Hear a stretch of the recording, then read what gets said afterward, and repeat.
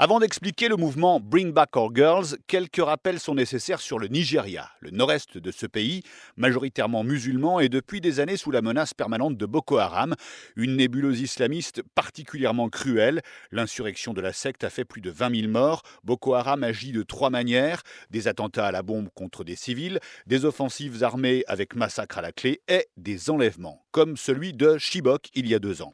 À cette époque, Boko Haram, qui s'oppose à toute instruction des femmes, a déjà attaqué et massacré des lycéens, des lycéennes, des professeurs, des étudiants en l'espace de quelques mois. Le 14 avril 2014, les djihadistes attaquent le lycée de Chibok. 276 lycéennes sont embarquées dans des camions, direction probable la forêt de Sambisa, un des fiefs de Boko Haram.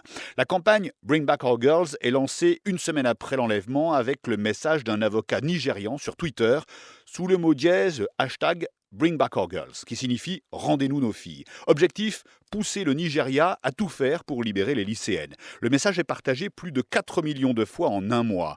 Il gagne l'Occident, des personnalités très diverses vont le relayer. Cela va de Kim Kardashian à Michelle Obama, prise en photo à la Maison-Blanche avec une feuille blanche sur laquelle est inscrit le message. Le Premier ministre britannique David Cameron relaye aussi. Aujourd'hui, cette mobilisation apparaît décevante. Dans un premier temps, elle a certes attiré l'attention des médias sur les massacres de Boko Haram. Il y a eu aussi quelques manifestations au Nigeria. Barack Obama a envoyé 80 militaires américains au Tchad voisin pour localiser les jeunes filles, mais ils ont ensuite été redéployés.